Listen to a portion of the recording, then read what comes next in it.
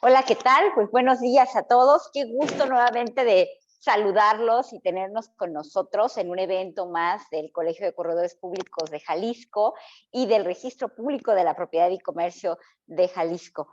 De verdad que han sido pláticas muy valiosas y pues bueno, el día de hoy también será una de estas pláticas en donde tenemos con nosotros también a un corredor público, el licenciado Fernando Cepeda Estrada, una persona, un corredor que tiene muchísima experiencia también en la parte académica y por supuesto en la parte profesional de correduría, pero pues hoy lo estaremos escuchando con este tema de pactos estatutarios y pactos parasociales en las sociedades anónimas. Muchísimas gracias, Fernando. Muchísimas gracias al registro, Julián, Brenda, que nos va a moderar el día de hoy. De verdad, siempre es un gusto para el Colegio de Corredores y un honor pues estar haciendo estas actividades en conjunto. Sin más preámbulo, pues bueno, también cedo el uso de la voz a Julián, quien también nos dará la bienvenida de parte del registro público. Muchísimas gracias a todos nuestros participantes y gracias a nuestro expositor, moderador, gracias a todos. Gracias también, Lupita, por coordinarnos.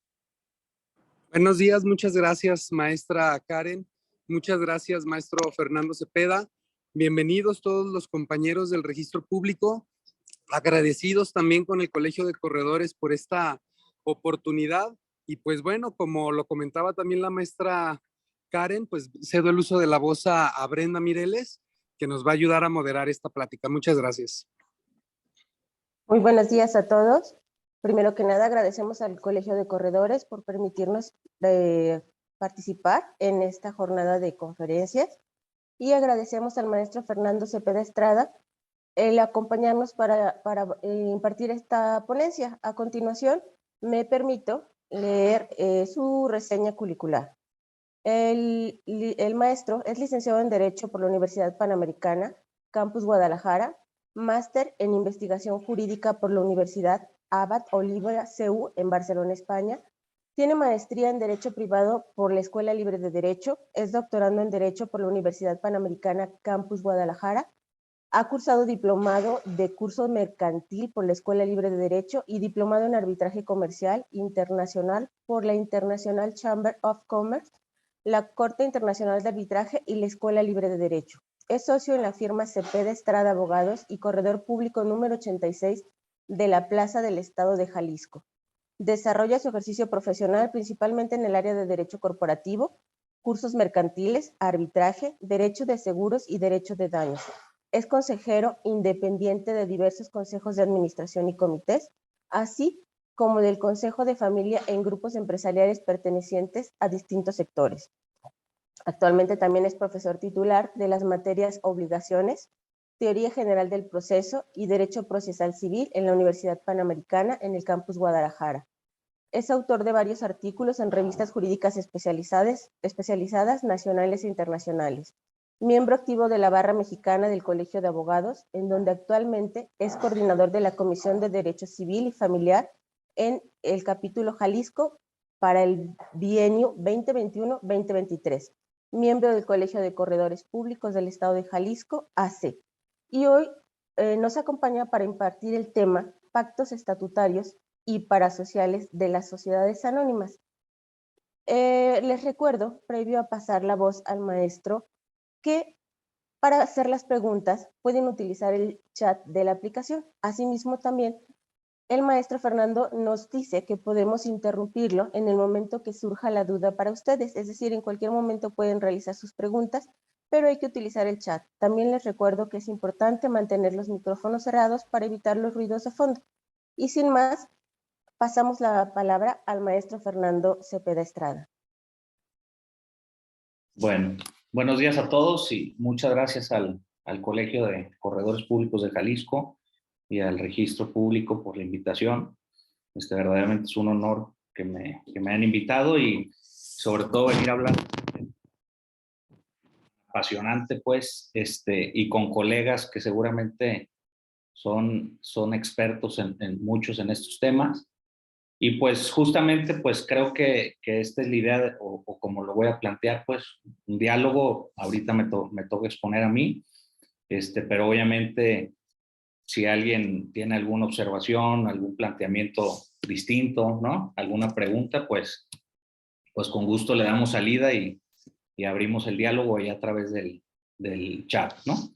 Y bueno, pues este tema a mí me gusta muchísimo porque el tema de los pactos estatutarios y los pactos parasociales, porque ahora sí que como decía Garrigues, ¿no? Este es un tema de derecho vivo, es un tema que vemos en los que nos dedicamos a esto, cuando vemos los temas de pactos parasociales es normalmente porque hay temas en sociedades que están ahí activas, ¿no? Hay grupos de accionistas, hay conflictos entre accionistas, hay operaciones dentro de las empresas de posibles ventas, y pues se vuelve muy interesante porque pues esto de alguna manera va, es como una especie de medicina, pues, a veces para los problemas de la vida diaria de las sociedades, ¿no? Estas sociedades son activas, vamos. Y aquí, pues, yo planteé así, bueno, más bien el tema está planteado como pactos estatutarios y parasociales en las sociedades anónimas. Intencionalmente ahí le puse 3 puntitos, porque pues habrá que ver si también podemos verlo en otros tipos sociales, ¿no? Obviamente en los subtipos de la SA sabemos que sí, como la SAPI, como Sociedad Anónima Bursátil. Habrá que ver si en la sociedad de responsabilidad limitada, por ejemplo, podríamos tenerlo, ¿no? Más o menos el planteamiento o cómo estoy proponiendo la exposición es primero hacer como una breve introducción con los antecedentes rápidos para contextualizarnos, pues, cómo llegaron a esta regulación que tenemos hoy en día de los pactos parasociales y los pactos estatutarios.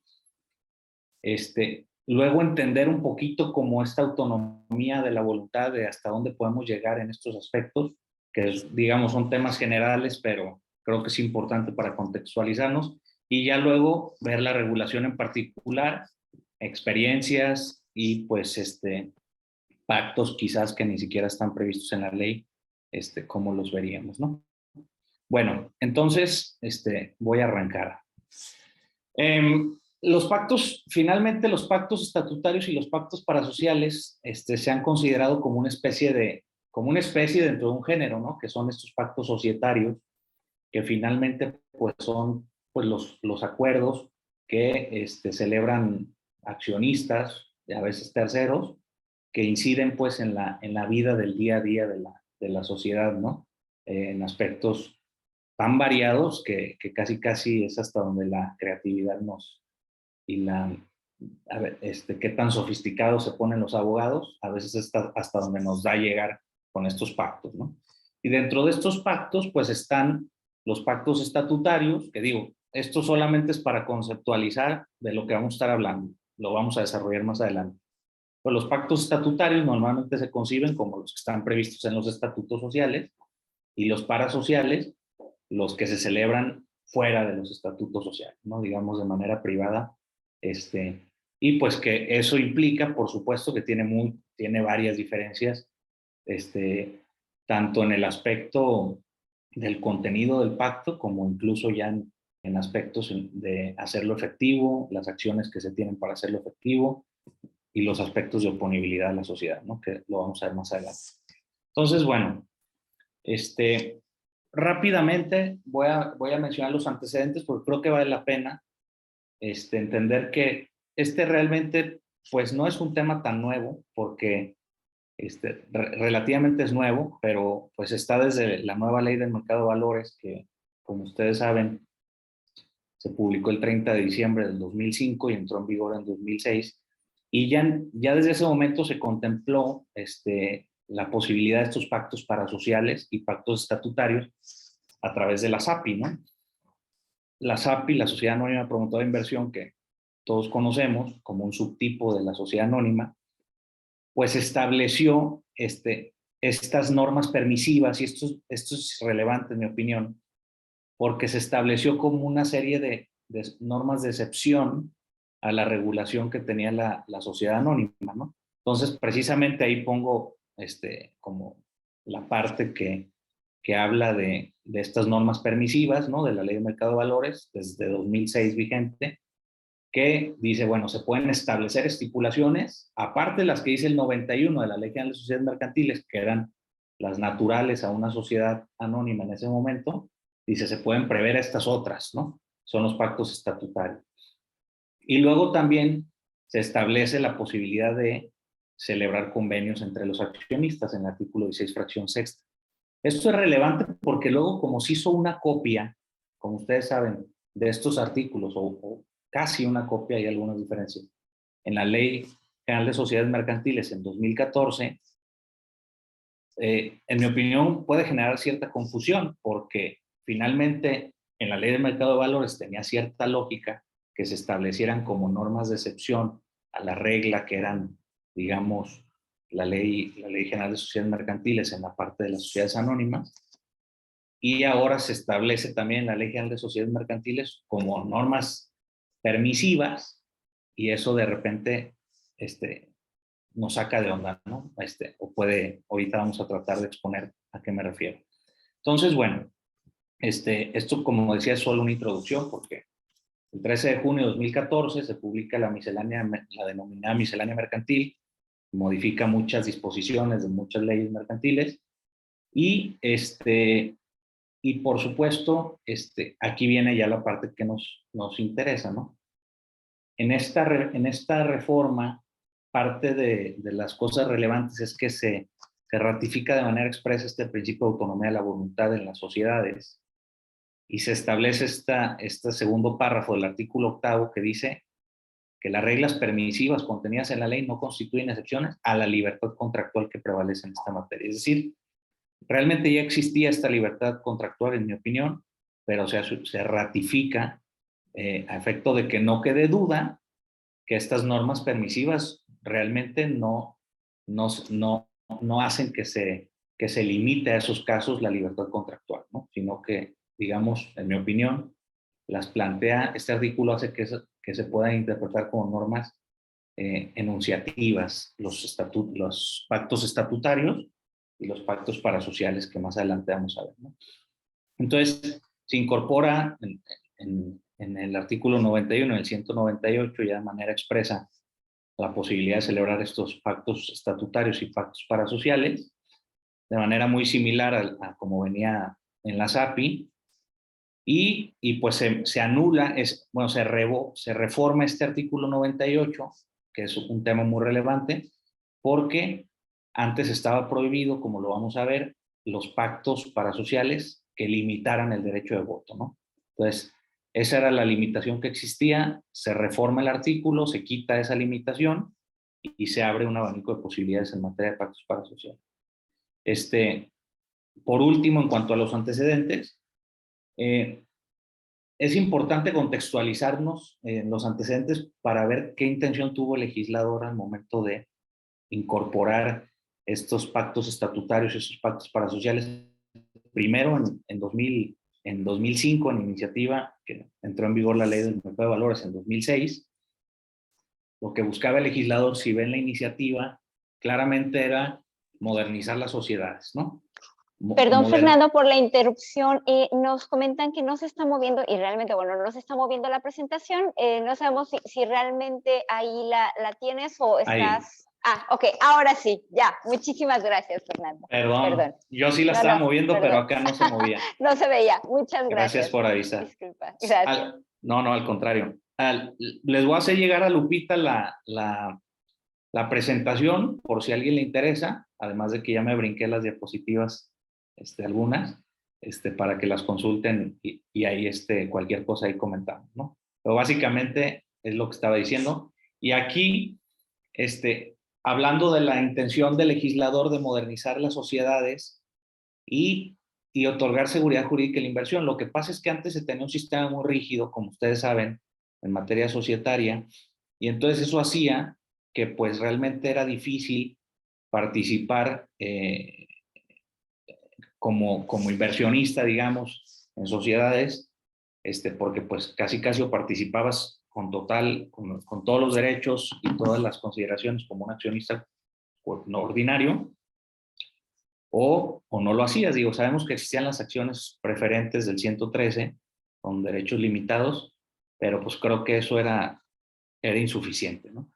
Entonces se buscó como como buscar incorporarse a esta nueva ola, digo, moderna de sociedades más abiertas, sociedades modernas, y eso mismo pasó en la Reforma 2014. Lo que pasa es que durante esos años, como ustedes saben, de 2006 a 2014, pues realmente estaban las sociedades anónimas como se regulaban de manera, digamos, cerrada, la SAPI, que era como una sociedad de un nivel mayor, en el sentido de mayor flexibilidad, etcétera. Y bueno, lo que se hizo en esta ley, en esta reforma 2014, pues justamente es buscar las mejores prácticas internacionales, reconociendo autonomía de la voluntad de los accionistas, en el sentido de que los dejaron obligarse como ellos quisieran, ¿no? De alguna manera, digo, con ciertas restricciones que vamos a ver. Pero esto es lo que se buscó, y en mi opinión esto es lo que debe ser la pauta para la interpretación de estos pactos, ¿no?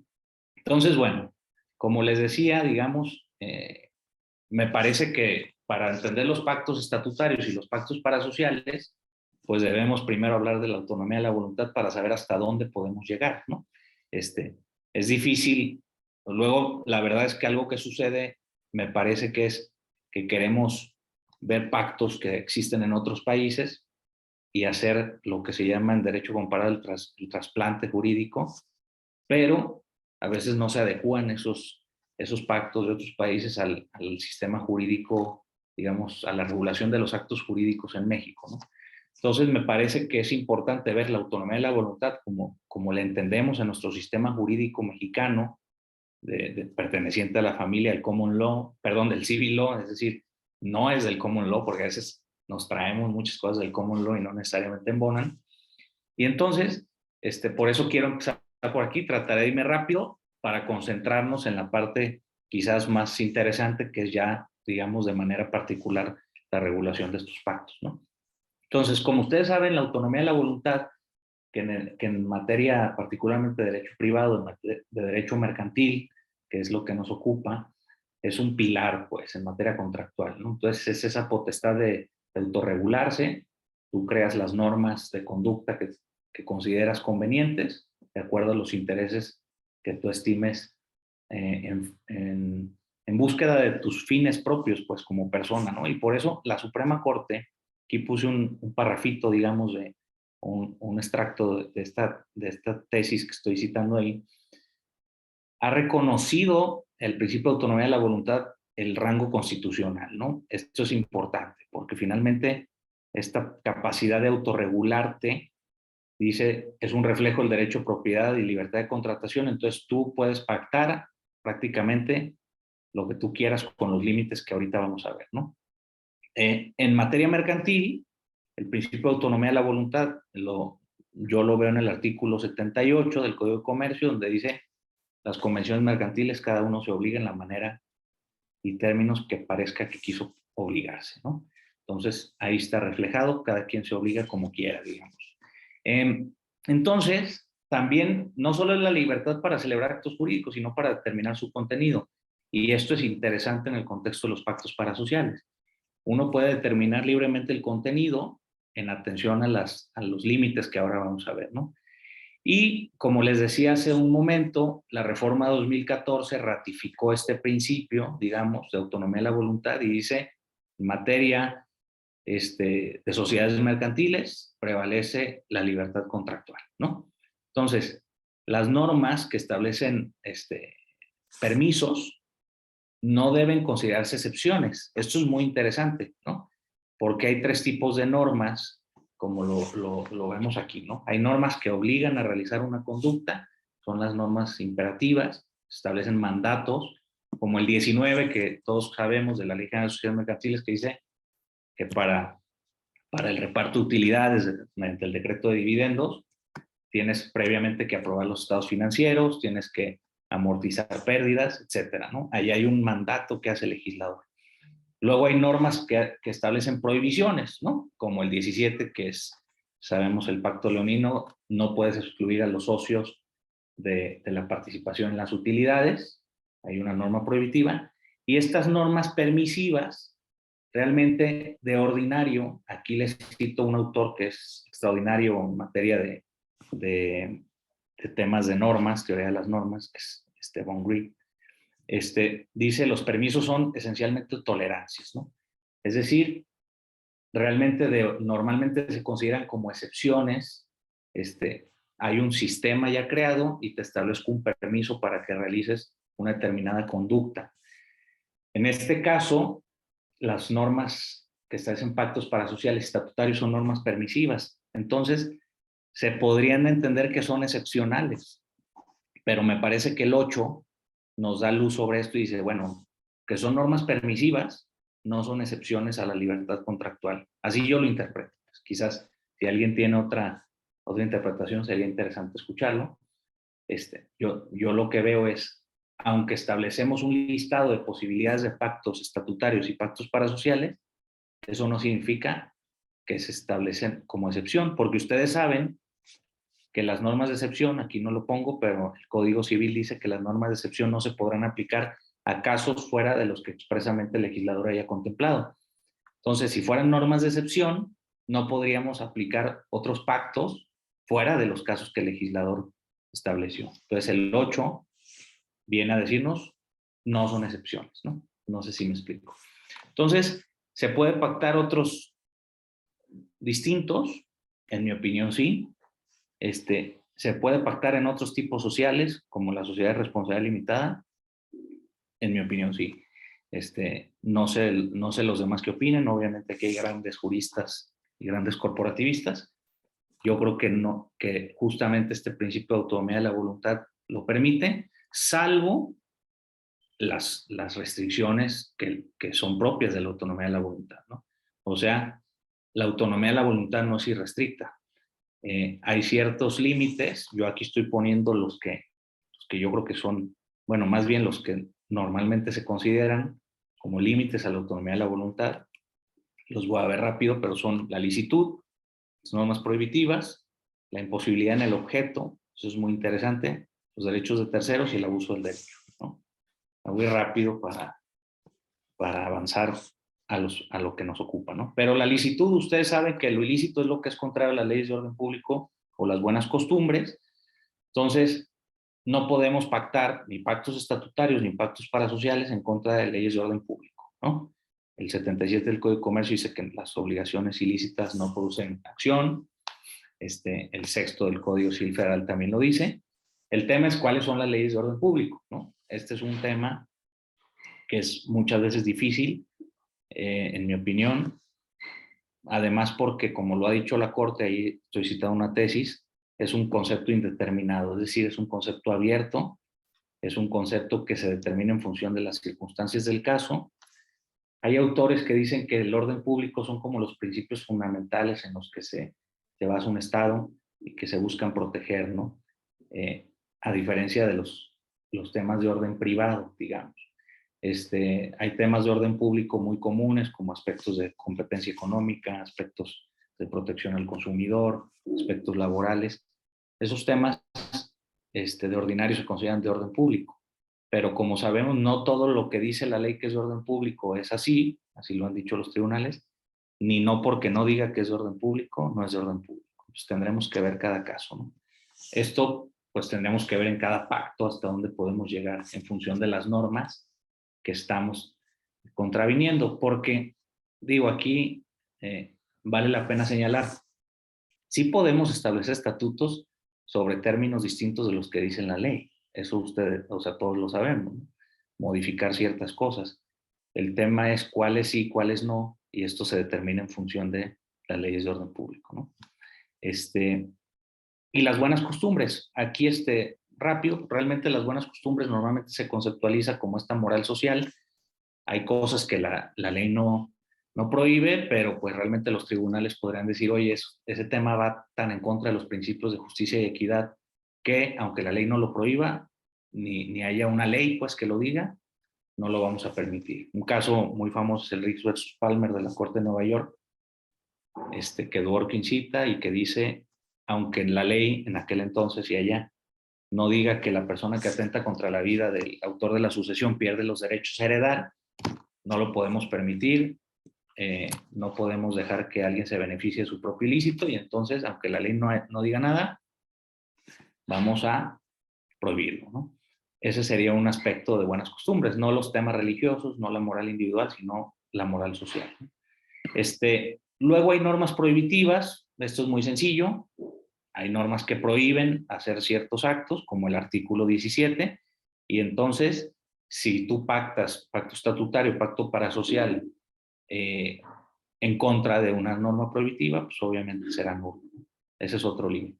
La imposibilidad en el objeto es algo muy interesante, es otro límite que a veces creo que se olvida, porque, y a ver qué opinan, pero muchas veces se dice, lo que no está prohibido está permitido, ¿no? Y eso es cierto, pero hasta cierto punto, porque la imposibilidad en el objeto de un acto jurídico puede derivar no de que la ley lo prohíba, sino de que es incompatible con la norma. A ver si me explico. El ejemplo que normalmente se pone es, tú no puedes venderte a ti mismo, ¿no? Yo no puedo vender mi casa y comprarla porque no hay una traslación de dominio de un inmueble. Eso es una imposibilidad jurídica, porque no hay ninguna norma que lo prohíba, pero no es compatible con el sistema normativo que rige el acto, ¿no? En el caso de los pactos parasociales y los pactos estatutarios, pues tendría mucho sentido también. Finalmente es un acto jurídico, independientemente si lo consideran un contrato plurilateral, un acto jurídico complejo, etcétera. Eso ya lo dejaremos para otra ocasión. Una discusión muy interesante, pero es un acto jurídico en definitiva conforme a nuestro sistema jurídico mexicano. Entonces, si uno establece un objeto imposible con una ley de la naturaleza, como sería obligarte a estar en 2 asambleas en el mismo tiempo, o una norma jurídica, una incompatibilidad con una norma. Yo aquí pongo quizás un ejemplo, perdonen ahí la falta de ortografía, pero si tú te obligas en un pacto estatutario y dices que la sociedad no puede modificar sus estatutos, pues no sería, en mi opinión sería incompatible, porque finalmente la sociedad puede modificar también ese acuerdo, ¿no? Entonces, no perdamos de vista esta incompatibilidad. A veces hay cosas que no nos hacen sentido y a veces, y dicen, es que ¿dónde está prohibido? Bueno, muchas veces no es que esté prohibido, es que es imposible desde el punto de vista jurídico, ¿no? Y eso es otra visión diferente del ilícito. Bueno, derechos de terceros, esto es muy sencillo. Ustedes saben que los actos no pueden afectar derechos de terceros. Esto obviamente aplica también a los pactos estatutarios y pactos parasociales. Nada más aquí aclarar. Obviamente sí puede afectar a terceros de manera positiva, que por ejemplo la estipulación a favor de terceros es un ejemplo, ¿no? Podríamos establecer en un pacto parasocial que la sociedad se beneficie. En mi opinión sí, porque sería una estipulación a favor de tercero. Con las reglas que la estipulación a favor de tercero tiene, ¿no? La prohibición es perjudicar. La oponibilidad, que aquí pongo, oye, la oponibilidad implica perjudicar derechos de terceros. Vamos a ver la oponibilidad en los pactos parasociales. Ya saben ustedes que no son oponibles a la sociedad, salvo resolución judicial. Pero la oponibilidad, como lo ha definido la doctrina, es justamente este deber que tienen los terceros bajo ciertas condiciones de que reconozcan los efectos de un acto jurídico, ¿no? Cuando se cumplen ciertas condiciones. Por ejemplo, el caso de la fecha cierta es un tema de oponibilidad. El caso del registro es un tema de oponibilidad, ¿no? Y no es que se perjudica a terceros, es que los terceros reconocen la existencia y tienen el deber de reconocer la existencia de ese acto, ¿no? Y el abuso del derecho, que es aparte muy común en los temas societarios, ¿no? En los temas societarios conflictivos, digamos, ¿no? El Código Civil establece que los actos jurídicos que se celebran con la intención únicamente de causar un daño, sin una utilidad para el titular del derecho, es un hecho ilícito, ¿no? Está en el Código Civil, pues sabemos que obviamente aplica también a los contratos y actos jurídicos mercantiles. Y por ejemplo, algo muy común que seguro a más de uno de aquí les ha tocado ver, son las pulverizaciones de participación accionaria mediante aumentos de capital sin ninguna otra finalidad que tomar el control, ¿no? Eso es un abuso del derecho. Y eso, por supuesto, que es un límite de la autonomía de la voluntad. Aquí no es ilícito, justamente es interesante. Más bien, o sea, tú estás actuando dentro del marco de la legalidad, pero estás llevando a cabo un exceso de ese derecho en virtud de la intencionalidad, ¿no? No sé si hay algún comentario hasta aquí, pero digamos, esta es la primera parte para contextualizarnos de los límites de los pactos estatutarios y los pactos parasociales y ya entrar ahora sí a lo que dice la ley en materia de pactos. ¿Alguien, hay algo? Es que veo el chat con numeritos, pero... Como sí, comentario, le pregunta Héctor a Romero Fierro si acaso tenemos jueces capaces de hablar de moral sin morderse la lengua. Es muy buena pregunta, mi querido amigo Héctor. Digo, definitivamente sabemos que hay una situación complicada en tribunales, y pues bueno, habrá que ver, ¿no? Yo siempre he pensado que en los tribunales hay de todo, ¿no? Hay jueces decentes, pero si hay una situación muy grave, ya sabemos el caso ahí de público del arbitraje de inversión, el caso León, donde sancionaron a México por temas de corrupción en el Poder Judicial del Estado de Jalisco, desafortunadamente. Entonces, pues bueno, sí son temas complicados, ¿no? Me parece que que tribunales buenos, pues, ideales, sí deberían poder tener esta posibilidad de decir, bueno, los principios más básicos de justicia, si se están violando, vamos a aplicarlo, ¿no? Porque finalmente es difícil que el legislador contemple todos los supuestos posibles. Y no lo digo desde una perspectiva naturalista, ni quiero entrar en eso, ¿no? Pero digo, es difícil que un legislador contemple todos los supuestos posibles. Entonces, esta de la ilicitud como contrariedad a las normas de orden público o las buenas costumbres entendidas como la moral social, me parece que abre esa posibilidad a incorporar todos los aspectos que el legislador no pudo prever, como nuestro Código Federal, ¿no? Que es de 1928, entró en vigor en el 32. Nuestro Código de Comercio ni se diga, ¿no? Tiene más de 100 años. Pues a veces es necesario que el legislador tenga la mano, perdón, el juez o el árbitro, finalmente eso aplicaría tener un árbitro, ¿no? Tenga la mano y al alcance estas posibilidades de determinar aspectos de justicia fundamentales, ¿no? Que además están en la Constitución. El artículo 14 dice que los jueces deberán dictar las sentencias conforme a la letra de la ley o su interpretación o falta de estos conforme a los principios generales del derecho. La misma Constitución da esa posibilidad de entrar a estos principios generales del derecho que, digamos, podría incorporarse ahí este tema de moralidad social. Pero bueno, es un tema muy interesante el que comenta Héctor. Pues bueno. Tenemos también otra pregunta. Sí. De Teresa Muñoz. Nos pregunta si el abuso de derecho es factible incorporarlo como contrario a las buenas costumbres y por lo tanto considerarlo como hecho ilícito. A ver, no estoy muy seguro si alcancé a captar el contenido, pero finalmente el abuso del derecho, si ustedes ven en el Código Civil Federal, está justamente en el capítulo de las obligaciones que surgen de hechos ilícitos, ¿no? Entonces, justamente porque el abuso del derecho, aunque actúas dentro del marco de la ley, se considera un ilícito, o sea, produce unas consecuencias adversas.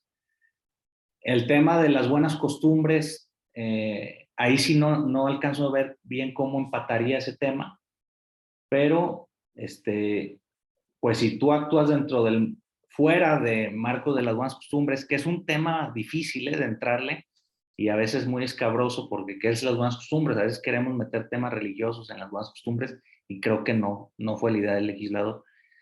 Entonces, ahí tendríamos que ver hasta dónde llega el abuso, que finalmente tiene dos elementos. El abuso del derecho se considera que tiene dos elementos: uno objetivo, que es que no te produzca ningún beneficio a ti, y uno subjetivo, que es la intencionalidad del que celebra el acto, ¿no? Es la intencionalidad, digamos, de fastidiar al otro. Esos elementos producen la ilicitud. de las buenas costumbres ahí no alcanzo a ver cómo lo podemos vincular, pero sería interesante escuchar esa postura, ¿no? Bueno, y adelante con lo que quieran comentar.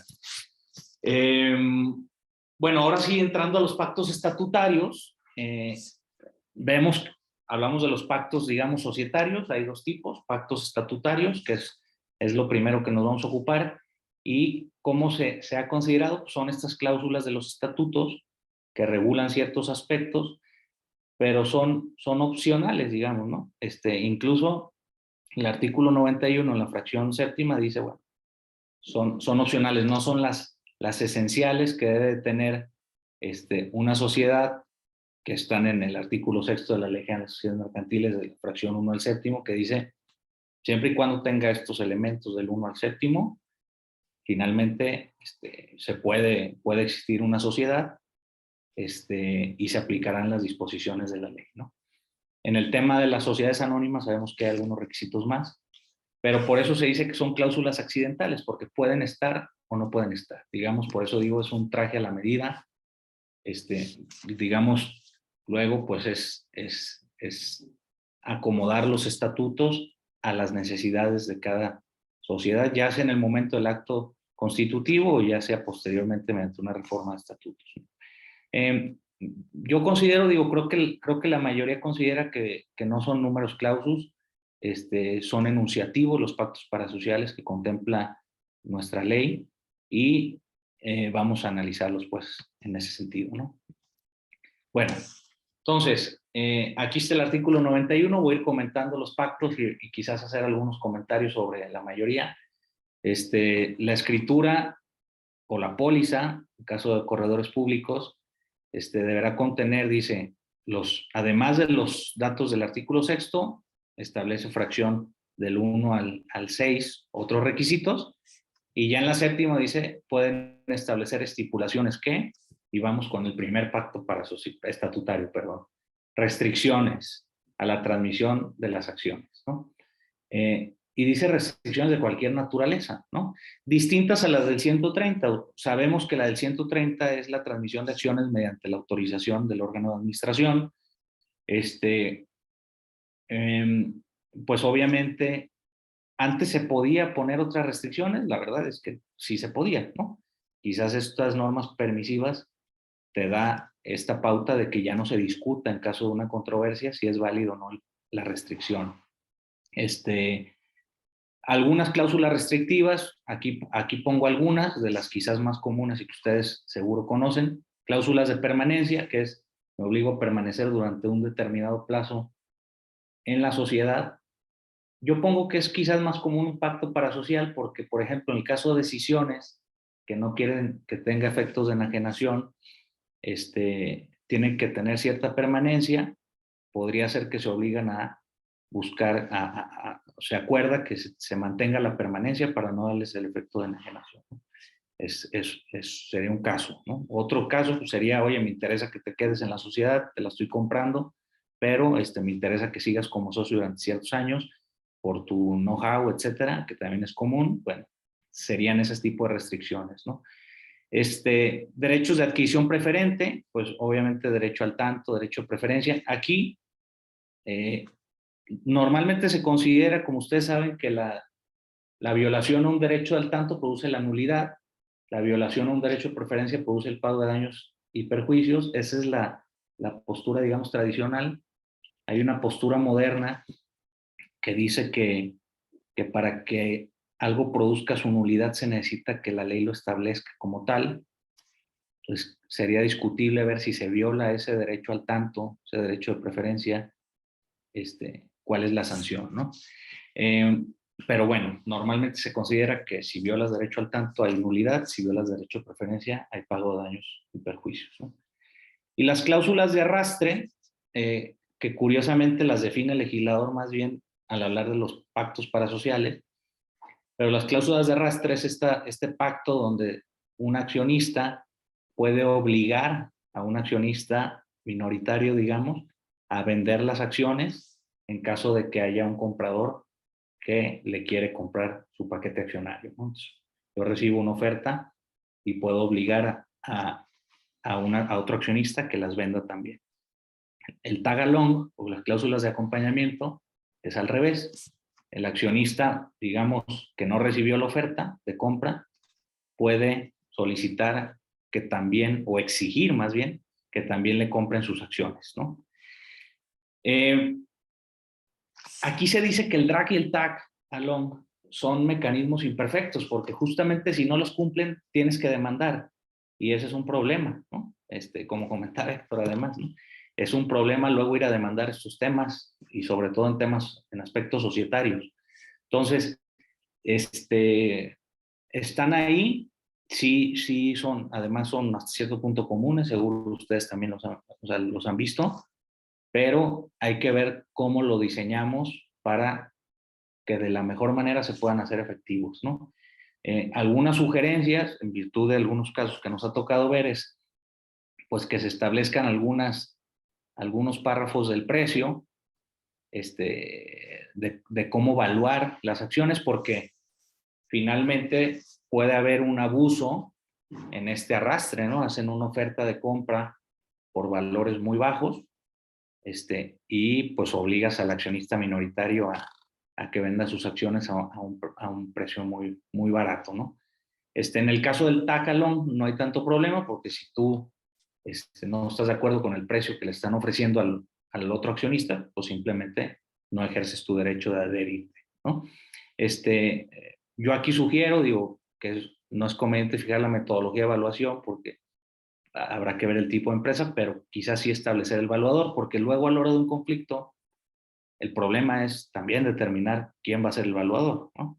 A veces pues, pueden ser corredores, pueden ser firmas de evaluación, pero pues vale la pena. A veces establecen una opción entre algunos evaluadores para que se elijan, ¿no?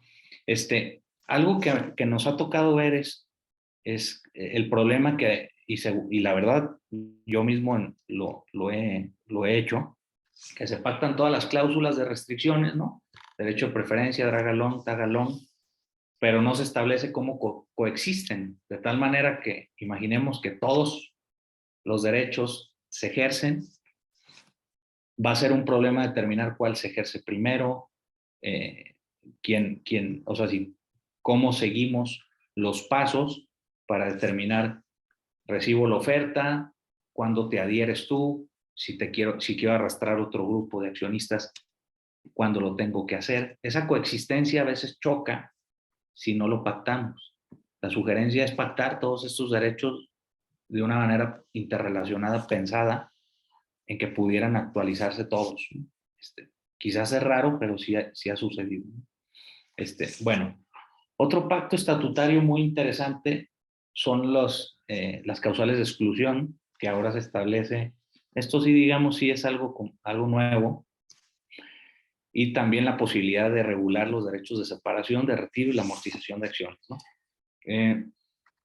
Digo que esto es algo nuevo porque antes estaba, digamos, mal visto, o no, se consideraba que no era lícito la exclusión en sociedades de capital como la SA. ¿Por qué? Porque pues, era una sociedad no de personas, sino de capital, ¿no? En otros tipos, sí hay, por ejemplo, el artículo 50, que establece para las sociedades nombre colectivo, y que también aplican las primeras 4 fracciones a la sociedad de responsabilidad limitada, ya daba la posibilidad de rescindir el contrato social, ¿no? Así lo dice. Ahora, pues, de hecho es muy común ya, incluso se está cayendo, en mi opinión, en un abuso, ya nos ha tocado ver algunos asuntos, donde se establecen causales de exclusión y muchas veces se establecen con la finalidad de sacar a un socio, ya casi va con dedicatoria a la reforma de estatutos, ¿no? Entonces, hay que tener cuidado. En mi opinión, es muy cuestionable cuando se excluye de manera abusiva. Ahorita, justamente esta semana me hablaron para comentarme un asunto exactamente que pasó así. Se establecieron causas de exclusión, se convoca, se decide la exclusión, ¿no? Ahí me parece que eso va a dar mucho tema en los tribunales de interpretación, ¿no? Aquí el tema es que excluir implica una afectación a un derecho sin que tú estés de acuerdo, ¿no? Como accionista.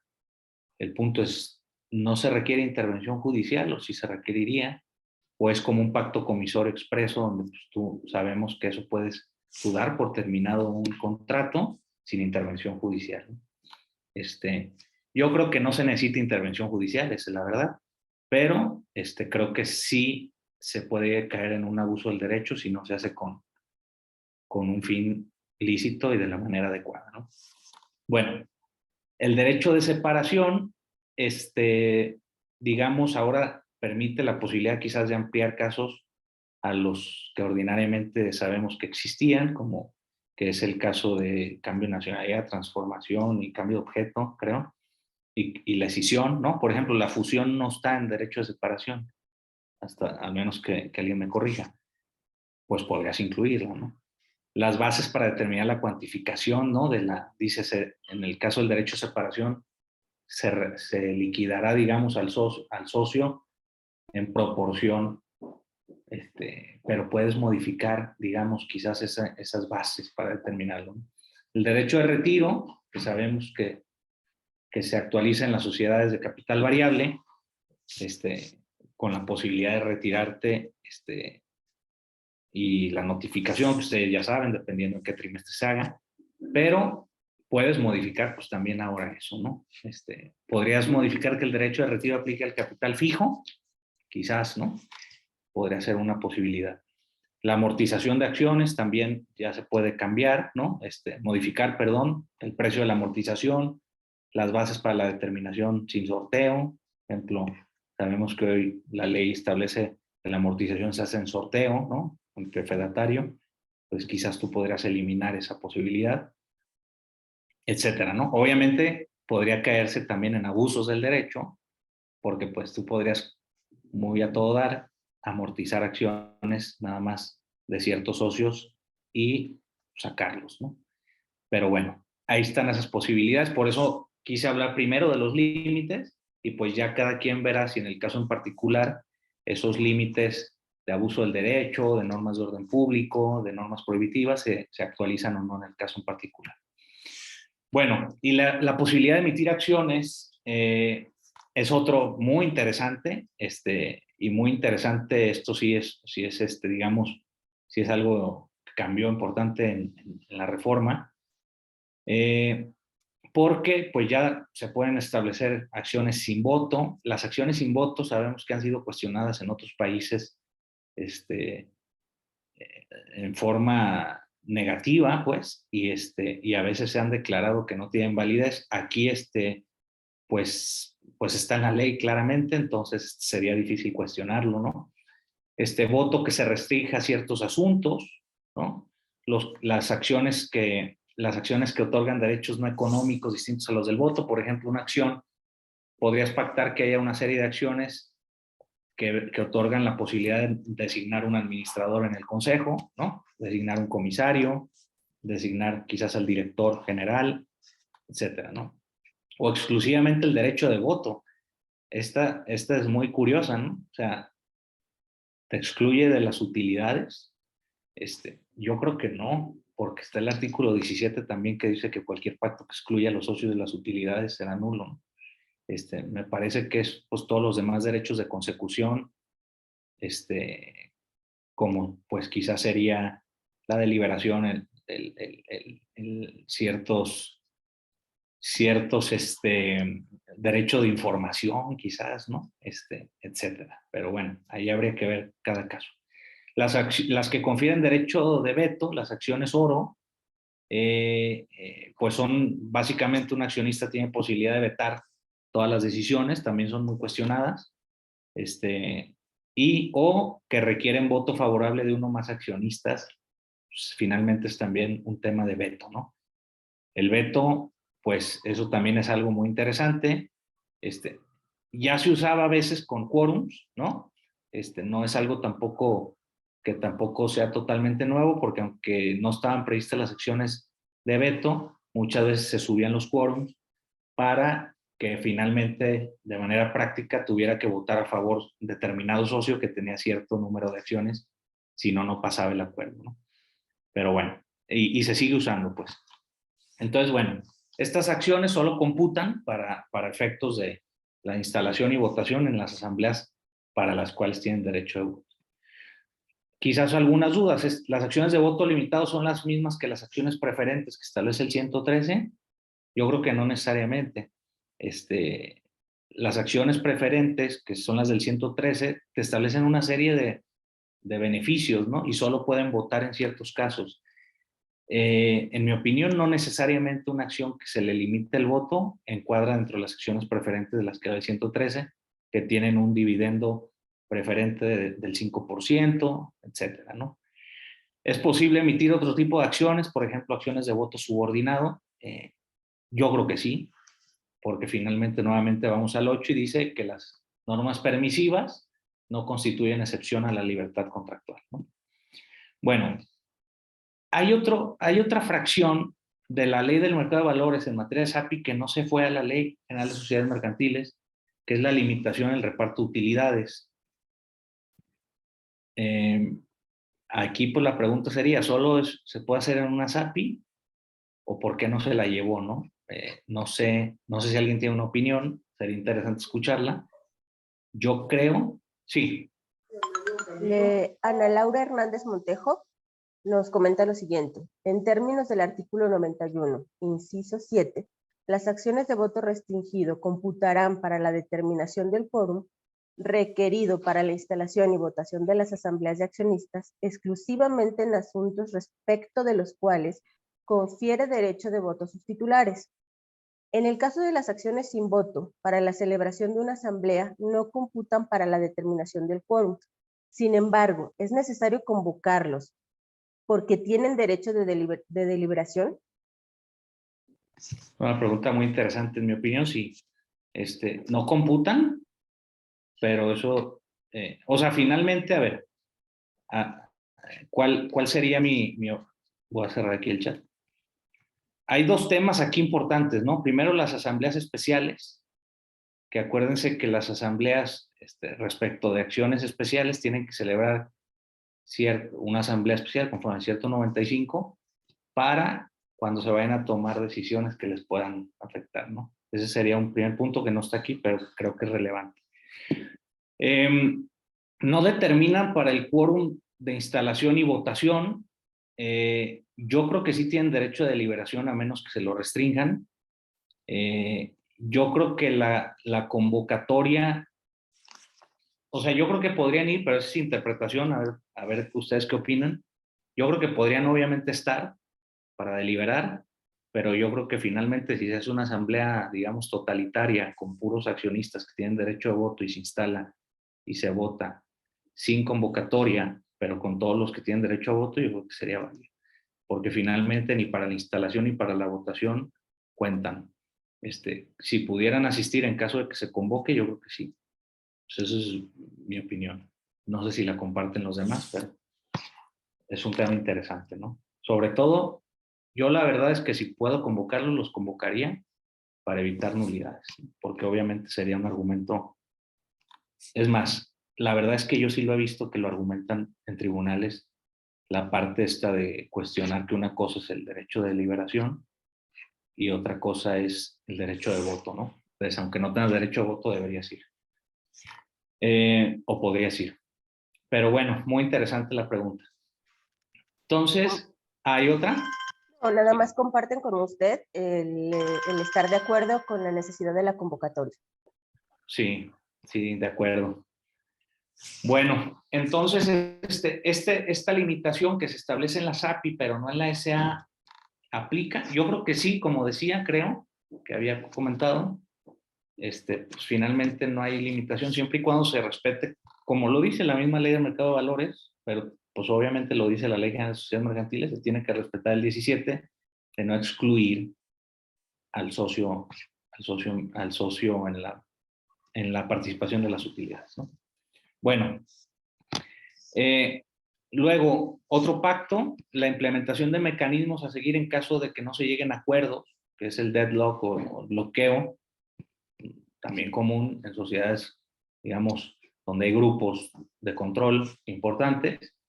Entonces se pueden pactar en caso de empate o en caso que no se lleguen a ciertos quórums para efecto de no paralizar la vida de la sociedad, porque sucede un poco lo que luego pasa en la política, ¿no? Que hay grupos de distinto partido y luego ya no quieren apoyar al otro grupo de socios en virtud nada más porque lo están proponiendo los otros socios. Entonces estas medidas de repente ayudan a desbloquear, ¿no? Hay varias, realmente aquí solo menciono algunas, como conceder al presidente el poder de desempatar la asamblea. O sea, finalmente no se llegan a los quórums y está trabada ciertos términos, pues el presidente del consejo que pueda decidir. Otra opción es someterlo a sorteo, ¿no? Después de ciertos empates. Establecer régimen de alternancia, es decir, si hay empate decide en esta ocasión uno, si hay empate la siguiente decide el otro. Y obviamente hay otras posibilidades. Es posible establecer cláusulas escalonadas, por ejemplo, llegar primero vamos a tratar de solucionar esto durante un mes mediante una mediación con un tercero, etcétera. Vamos a escuchar su opinión y luego si no llegamos en este mes a un acuerdo, nos vamos al siguiente mecanismo, etcétera, ¿no? El tema es que estas cláusulas pueden generar también abusos, ¿no? Porque pues realmente puede ser que el presidente del consejo siempre se estén empatando y entonces el presidente del consejo ya tomó el control absoluto de la sociedad. Entonces, hay que también pensar en cómo diseñar esto para que si se hace uso abusivo de las cláusulas antibloqueo, tomar medidas, ¿no? Oportunas. Bueno, otro pacto estatutario es la ampliación o limitación o que se niegue el derecho de suscripción preferente. Este es muy interesante, sobre todo que está muy, bueno, hay pregunta, ¿verdad? Sí. Nos preguntan, creo que sí debe ser convocado. Posiblemente, si no le limitaron su derecho a deliberar, es porque tal vez les interesa el análisis y opinión que pueda aportar. Y le envían saludos. Totalmente. Yo también creo que debe ser convocado. El tema, y estoy totalmente de acuerdo, una cosa es el derecho de deliberación, que es muy importante, y de hecho lo voy a comentar cuando veamos los acuerdos de sindicación del voto, pero más bien, o quizás lo que yo también planteo es, si se hace una asamblea totalitaria, sería válido sin convocatoria, si comparecen todos los que se necesitan para que se instale y se vote. Yo ahí creo que sí, porque pues realmente solo computan los que tienen derecho de voto, ¿no?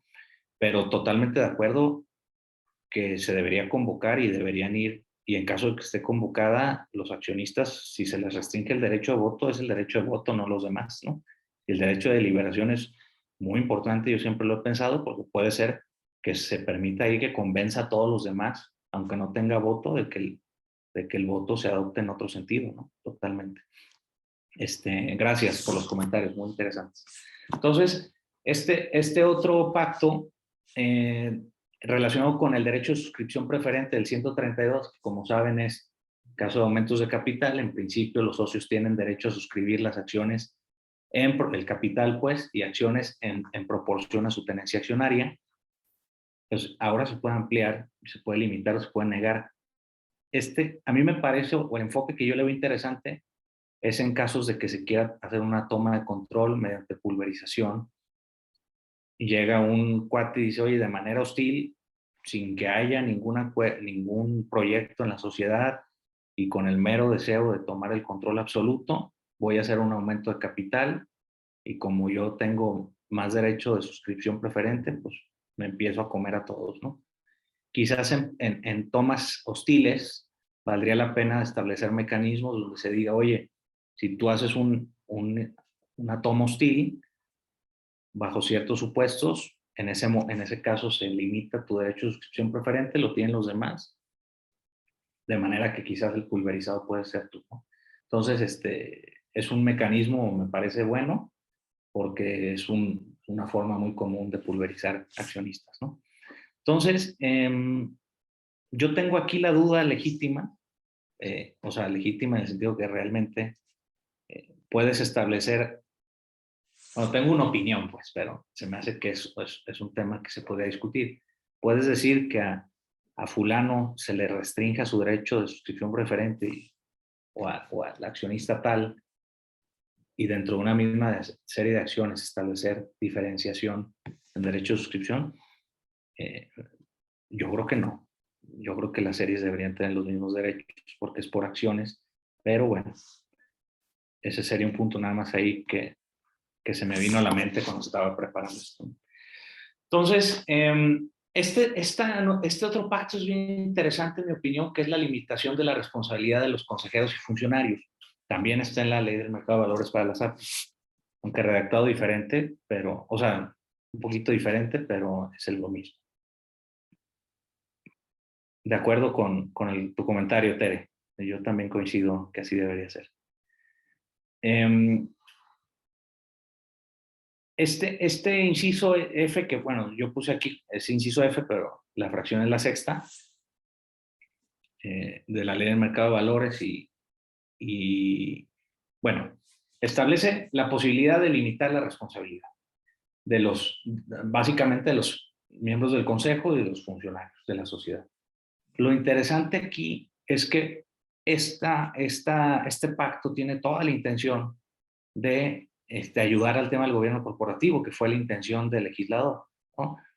Hay muchos, como seguramente ustedes son consejeros independientes, quizás en algunas sociedades, te invitan de consejero independiente, pues dices, oye, pero pues me voy a meter en un problemón de responsabilidad el día de mañana que no tengo ninguna necesidad, pues justamente para poder invitar consejeros independientes, capaces, etcétera, pues bueno, pues no les interesa andar en conflictos, pues se permite esta limitación, ¿no? Al menos esa era la intención del legislador. El tema aquí es que se dice, siempre que no se trate de actos dolosos o de mala fe o bien ilícitos. A mí esta redacción se me hace muy desafortunada, porque el dolo tiene sentido en el derecho de daños, ¿no? Sabemos que en materia de responsabilidad civil,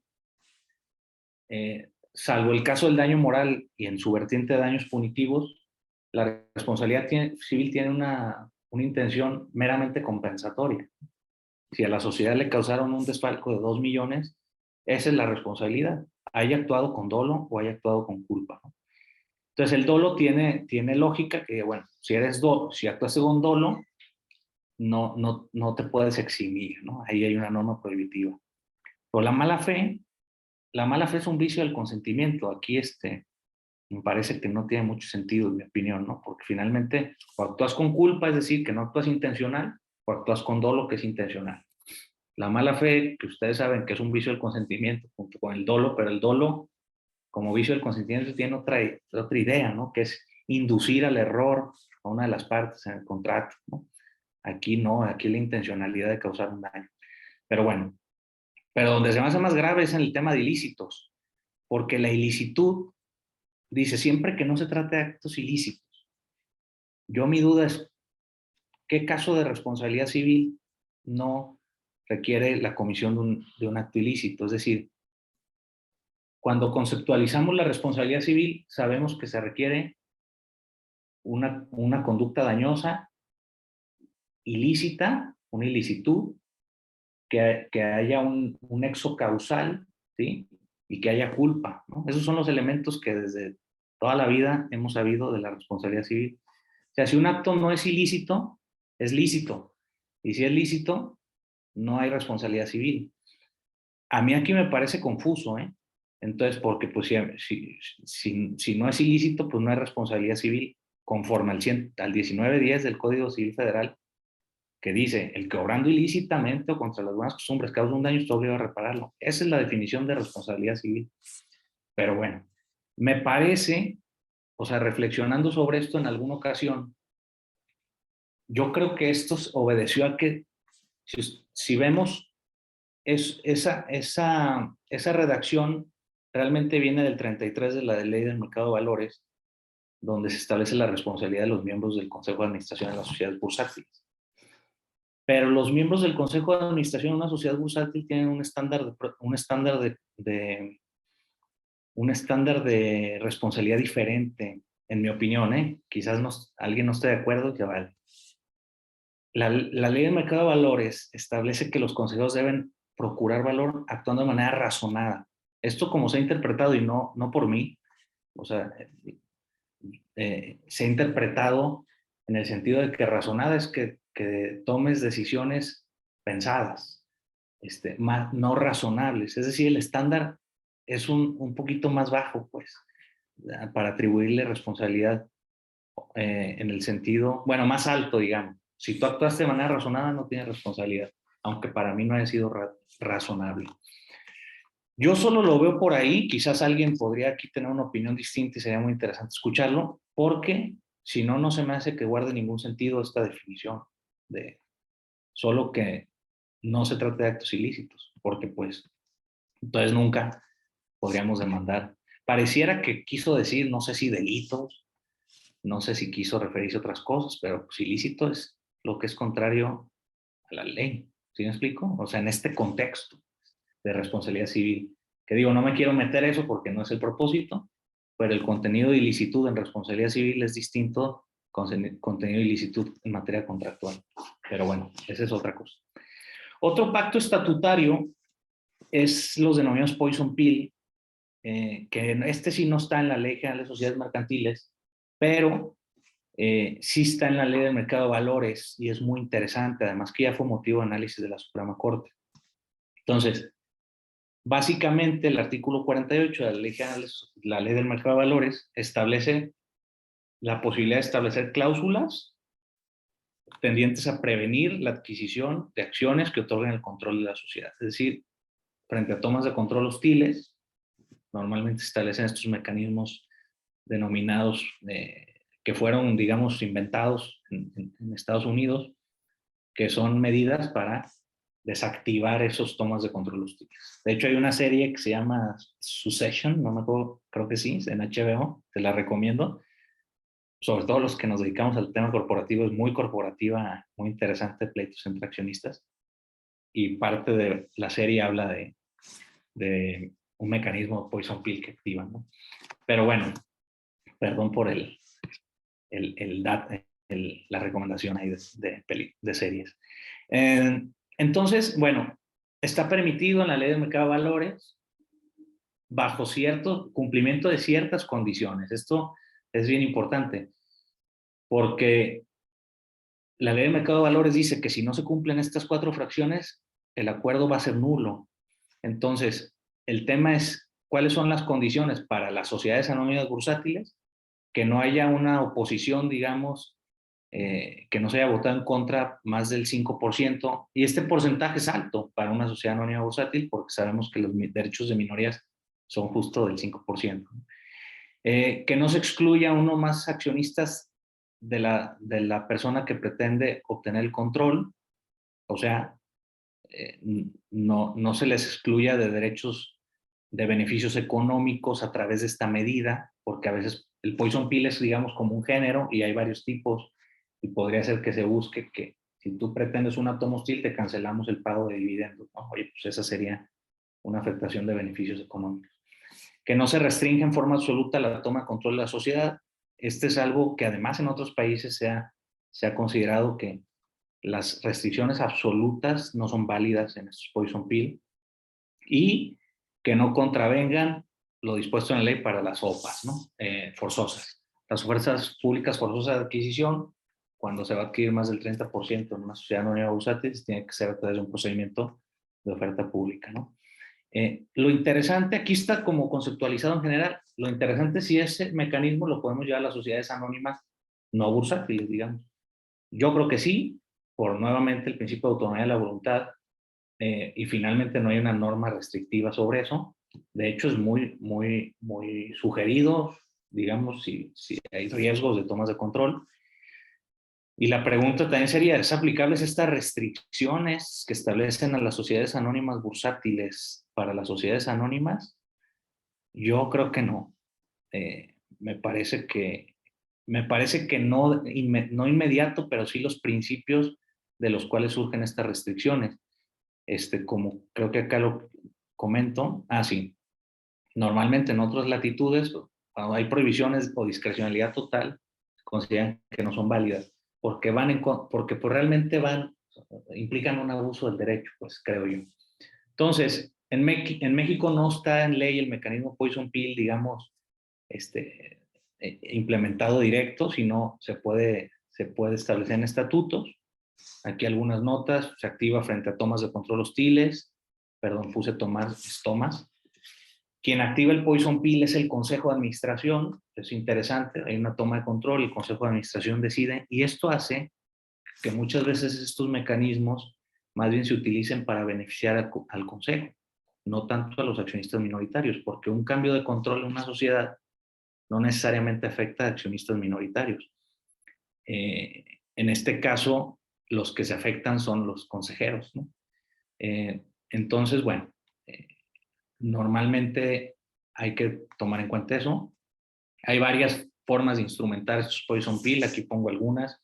Por ejemplo, establecer una prima por colocación de acciones para el adquirente hostil, establecimiento de otorgamiento de acciones con derechos especiales al resto de los accionistas, emisión de acciones por debajo de su valor de mercado, no por debajo del valor nominal, que sabemos que está prohibido, obviamente. La prohibición de contar con un determinado porcentaje de acciones. Oye, ¿hasta dónde es válido esto? Bueno, habrá que ver, ¿no? O sea, también, finalmente, yo sé que aquí pueden decir que hay algunas cosas que rayan en lo ilegal, pero pues hay que ver hasta dónde se puede, pero esta es la idea del Poison Pill. Y ahora con la idea de los pactos estatutarios, pues digamos, yo creo que con esa ratificación de la libertad contractual en materia de sociedades mercantiles, pues podemos pensar que esa disposición del artículo 48 de la Ley de Mercado de Valores pudiéramos también traerla para acá, ¿no? Que finalmente no está para las APIs tampoco, ¿no? Bueno, y 48 fue analizado y creo que es importante porque la Corte, en el asunto de GAP, que muchos conocen, pronunció varios criterios muy importantes en materia, en mi opinión, en materia mercantil en general, en materia societaria, ¿no? Porque básicamente se cuestionó la constitucionalidad del artículo 48, que establecía la posibilidad de establecer estas restricciones, diciendo que violaba el derecho de propiedad en virtud, digo, la verdad es que no estuve en el asunto ni nada, yo sé lo que está en los criterios que se publicaron, pero más o menos eso es lo que se desprende, ¿no? Entonces, en este caso, la Corte resolvió varios temas muy importantes que me parecen relevantes hablarlos ahorita que estamos hablando de pactos estatutarios, que es justamente que en materia societaria hay una potestad configurativa para diseñar las medidas que consideren convenientes, ¿no? Es decir, las normas que regulan los mercados no están sujetas a un escrutinio estricto, como son, por ejemplo, las normas que establecen categorías sospechosas de violaciones, ¿no? O sea, que hay ciertos temas de discriminación, esas están sujetas a un escrutinio estricto. Luego, dijo la Corte, hay un test de proporcionalidad en los demás aspectos constitucionales, en muchos, donde analiza la razonabilidad de la medida, etcétera. Y dice, pero en materia, digamos, de mercados, en materia de derecho privado, no lo dice así, pero podríamos interpretarlo, el legislador tiene más margen, un margen mayor de configuración legislativa, porque en un sistema democrático, como todavía al día de hoy tenemos, finalmente es al legislativo el que le corresponde decidir el modelo de mercado, ¿no? Entonces, el juez, cuando analiza estas normas, como el artículo 48, pero aplicaría a los demás pactos parasociales, debe controlar su validez con un escrutinio ordinario, es decir, con la menor intervención, ¿sí? Digo, lo estoy diciendo muy general, ¿no? Pero entonces eso hace que entendamos que en materia societaria y de pactos estatutarios, incluso en mi opinión de pactos parasociales, esta idea del control de los jueces respecto de la constitucionalidad o no de las normas que los permiten, debería ser muy limitada, pues, o así es como lo planteó la Corte. Y es un tema muy interesante. Bueno, ahora paso a los pactos parasociales. Los pactos parasociales, digamos, son estos acuerdos que están fuera de los estatutos, se celebran entre socios, a veces con terceros. Son tan variados como nos dé la creatividad, esa es la verdad, pero siempre están vinculados a la sociedad, ¿no? Algunas características que me parece relevantes mencionar son que normalmente establecen obligaciones de hacer o de no hacer, quizás de dar podría ser, pero sería más raro. Perdón. Un tema muy importante es, no son oponibles a la sociedad, ni a los socios, obviamente, que no lo celebran. Eso está en el artículo 198 expreso. El tema es qué significa que no sean oponibles, ¿no? Esto además viene de toda la tradición de otros países, de pactos parasociales, de la doctrina. Siempre se ha dicho, no son oponibles. El hecho que no sean oponibles, pues finalmente implica que el incumplimiento de un pacto parasocial no puede traducirse en la ineficacia de actos dentro de la sociedad, ¿no? O sea, no puedes decir es nula la asamblea porque no cumpliste el pacto parasocial donde te obligaste a votar en un determinado sentido, ¿sí? Pero que no sea oponible, en mi opinión, no significa que no permite estipular a favor de terceros, como la sociedad, un derecho, ¿no? No puedes afectarla, pero sí puedes beneficiarla, en mi opinión. Algo que he visto, y quizás aquí sería interesante ver qué opinan, es que dicen, oye, para darle oponibilidad al pacto frente a la sociedad, pues que lo firme la sociedad. Y entonces, como es parte, eso le es oponible. A mí se hace muy discutible, la verdad, esa postura que le he escuchado, porque finalmente se permitiría muchos abusos, realmente es el objeto de la sociedad celebrar pactos parasociales, pero además se permitiría abusos porque pues, la sociedad, a través del administrador, junto con otro grupito de accionistas, toman acuerdos fuera de asamblea, donde no pudieron deliberar, como bien comentaban hace rato los demás socios, no pudieron votar y finalmente ya se obligó a la sociedad en un determinado sentido. Yo creo que no puedes hacer oponible un pacto porque lo firme la sociedad. Habrá que ver si los demás opinan algo distinto, ¿no? Ahora, ¿qué significa salvo resolución judicial? Esto es muy interesante por dos razones. Uno, no estaba en la iniciativa de la Ley del Mercado de Valores de 2005 y ahí en la comisión, creo, de la Cámara de Origen de Senadores, de repente dijeron, oye, pues en comisiones consideramos que hay que poner esta excepción de salvo resolución judicial. La verdad yo no vi mayor explicación o nunca he visto. Mi pregunta es, ¿qué significa eso? O sea, si un juez, ¿cómo que va a ser que sea oponible si la ley no lo... O sea, un juez puede hacer lo que finalmente la ley dice, ¿no? Entonces, si la ley no le da una atribución para hacerlo oponible en ciertos casos, a mí se me hace difícil pensar que un juez diga, bueno, es oponible a la sociedad. Digo, no sé en qué casos, quizás no estoy pensando, pero yo si fuera juez diría, pues, ¿cómo voy a hacer oponible un pacto parasocial de la sociedad, aunque diga, salvo resolución judicial, si la ley no me dice que en determinados supuestos lo puedo hacer oponible? O sea, ¿a poco voy a actuar de manera arbitraria, ¿no?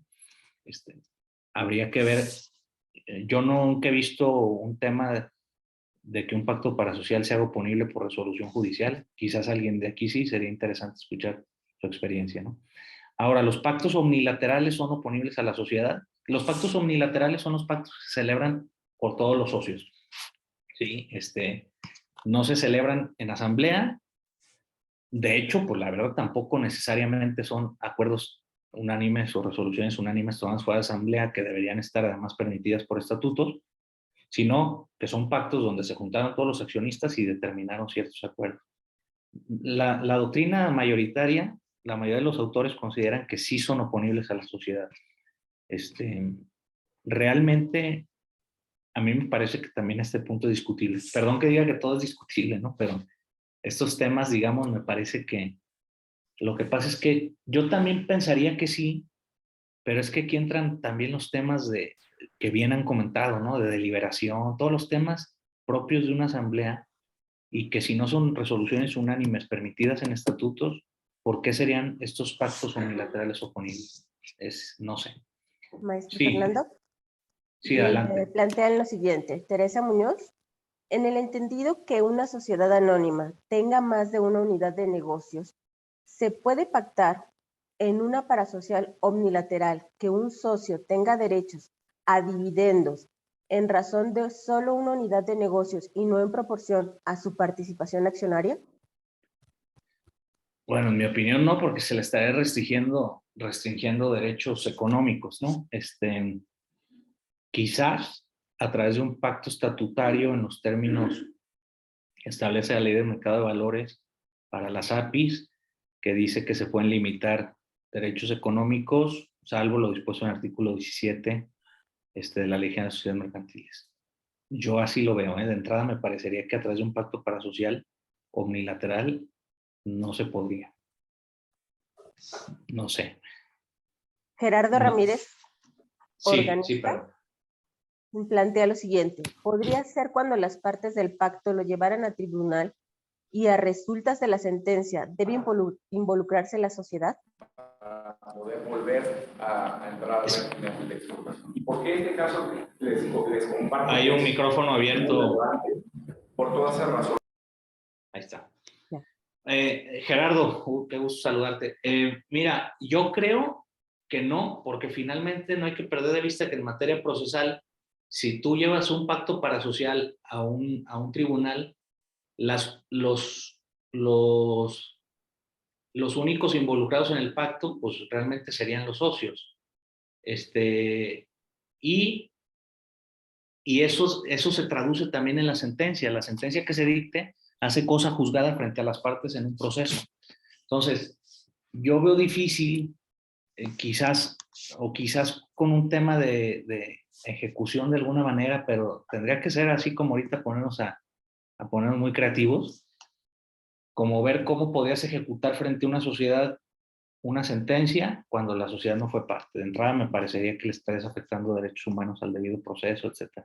Esa sería mi opinión. Héctor Romero le comenta que menos en una SA. En relación a sí, creo que es a la pregunta de Gerardo. Y la licenciada María Teresa dice: creería yo que los pactos omnilaterales no serían oponibles a la sociedad porque ella no es parte.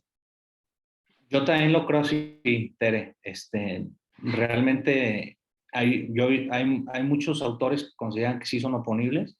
Yo creo que no, justo porque no es parte, ¿no? Y además, siendo parte, habría que ver. Yo esos pactos parasociales que sí los he visto, donde la sociedad es parte, tengo mis dudas, porque ¿por qué celebraría un pacto parasocial la sociedad? Pero bueno, ya ese sería otro tema, ¿no? Pero coincido con tu opinión, Tere. Y también con Héctor, realmente yo creo que en una SA no. No sé, creo que se refiere a la pregunta de Teresa Muñoz, pero creo que no. Bueno, sigo, a ver, perdón. Entonces, la ley reconoce algunos, son enunciativos en mi opinión. Antes no es que se encontraban prohibidos, como seguramente aquí sabemos, ¿no? Antes el artículo 98, y por eso puse la redacción, dice, es nulo el convenio que restringe la libertad del voto, ¿no?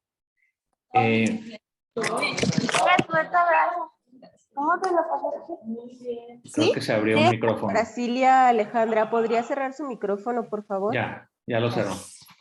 Entonces, ahora me parece que lo único que se hizo es quitar esa restricción a los convenios relacionados con el voto, porque antes los demás pactos parasociales no solo no estaban prohibidos, claramente existían, ¿no? Y además, incluso existían los de voto, ¿no? Pero eso sí eran. Pero bueno, entonces, ¿cuál es la forma para estos pactos parasociales? No hay forma exigida por la ley especial. ¿Cuál es la conveniencia de celebrarlo en instrumento público? Quizás, por ejemplo, ante un corredor público, en uno, que es un instrumento público que hace prueba plena en caso de juicio, y dos, sabemos que los testimonios son título ejecutivo bajo ciertas condiciones, dice el Código de Comercio, cuando tiene una deuda líquida y exigible, ¿no? Fuera un pacto parasocial que tiene una deuda líquida y exigible, incluso podría ser un título ejecutivo. Entonces, bueno, ¿cuál es la excepción a esta inexigencia de forma? El caso justamente de las de las sociedades anónimas bursátiles, ahí sí te exige que lo notifiques a la sociedad, y como sucede en las sociedades anónimas bursátiles, hay que publicar en la bolsa en la que esté listada, ya sea en Bolsa Mexicana de Valores o en Viva, ahora tenemos dos, como evento relevante, digamos, al público inversionista. Si no, no es eficaz. Entonces, bueno, ya hablando de los pactos parasociales en particular, del pacto de no competencia solo está en la SAPI, y es muy interesante que no se lo hayan llevado a la Ley General de las Sociedades Mercantiles. En la SAPI se establece que se pueden pactar no desarrollar giros comerciales que compitan con la sociedad. El tema aquí es que los pactos de no competencia en principio son inconstitucionales y son prácticas monopólicas. Si vemos el artículo 28 de la Constitución, están prohibidas las prácticas monopólicas. La Ley Federal de Competencia Económica, que es además posterior a la Ley del Mercado de Valores, establece como ilícitas per se estas prácticas monopólicas como absolutas.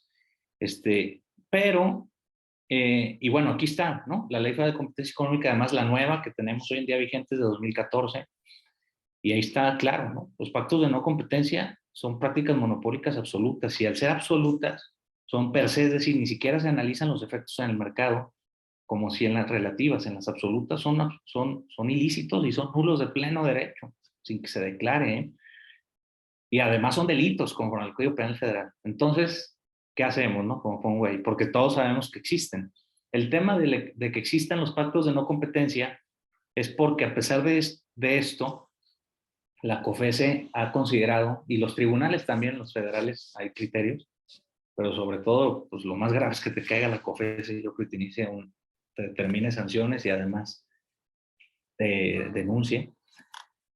Los pactos de no competencia son válidos siempre que estén limitados, ¿no? Entonces, estas limitaciones que acá abajo pongo, que son ámbito espacial, los productos, el tiempo y los sujetos.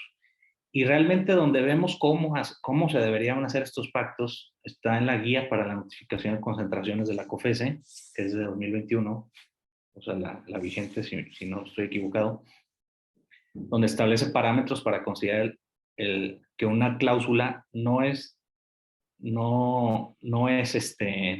práctica monopólica, ¿no? Y habla también de los acuerdos entre accionistas, esa guía, ¿eh? Entonces, básicamente en sujetos obligados lo que dices, tienen que ser los sujetos que están vinculados al negocio, no otras personas. La cobertura del producto tienen que ser productos que ya estén desarrollados o que haya ya realmente actos por desarrollar. La duración normalmente se ha considerado razonable 3 años, bajo ciertas condiciones se ha considerado válido 5, ya más difícilmente lo aprobaría, de hecho 5 ya es difícil. Y la cobertura geográfica es donde ya tienen participación en el mercado en la empresa de que se trate, ¿no? El tema es que, pues bueno, la ley lo dice, la ley del mercado de valores, estos pactos, pero sabemos que las prácticas monopólicas también pueden ocurrir por actos de autoridad, y ha habido casos, ¿no?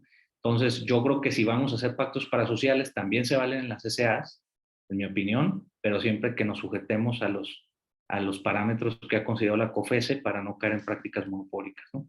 Y por tanto considerarlos válidos. Entonces, bueno, luego otros tipos de pactos parasociales son los derechos que establecen opción de compra o venta de acciones representativas del capital de la sociedad, que ya los comentamos también como pactos estatutarios, el tag-along, que es el pacto de adherencia, pues me adhiero a una oferta que te hicieron. El drag-along, que es cláusula de arrastre, te arrastro con la oferta que me dieron. Ya hicimos comentarios además, digo, para avanzar.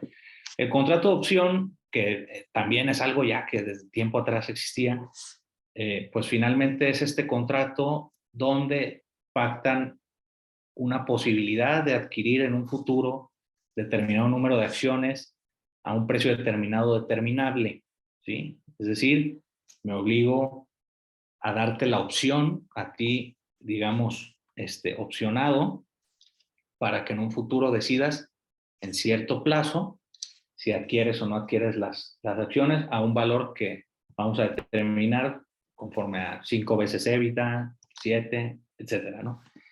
El tema es hay dos tipos de opciones. Normalmente, uno es que en cierta fecha tú puedes hacer uso de ese derecho, un término, y otro que tienes todo un plazo para hacerlo cuando tú quieras. Son comunes, sí me ha tocado ver varios, y pues son interesantes cuando se está planteando una venta de una empresa o de un paquete accionario. Y convenio de suscripción de acciones, pues es justamente cuando tú convienes suscribir un determinado número de acciones a un determinado precio o no en la sociedad, ¿no? Entonces, muchas veces se celebran esos convenios porque va a entrar un accionista o un accionista que ya está, se ponen de acuerdo los socios y dicen, oye, ¿sabes qué? Pues métele dinero a la sociedad, entonces celebramos un convenio para que tú le metas dinero, pero ya a la hora que celebramos la asamblea de aumento de capital, finalmente ya tenemos un convenio de que te estás obligando a suscribir las acciones que se emitan, ¿no? O un determinado número. Bueno, también están como pactos parasociales la enajenación y demás actos jurídicos relativos al derecho de preferencia, dominio, disposición, ejercicio de derecho de preferencia, con los accionistas o con personas distintas. Es decir, el derecho de suscripción preferente en aumentos de capital, tú puedes transmitirlo a los accionistas o a terceros, ¿no? De tal manera que cuando se aumenta un capital, vas a tener preferencia para suscribirlo en proporción a la tenencia accionaria del accionista que está enajenando ese derecho.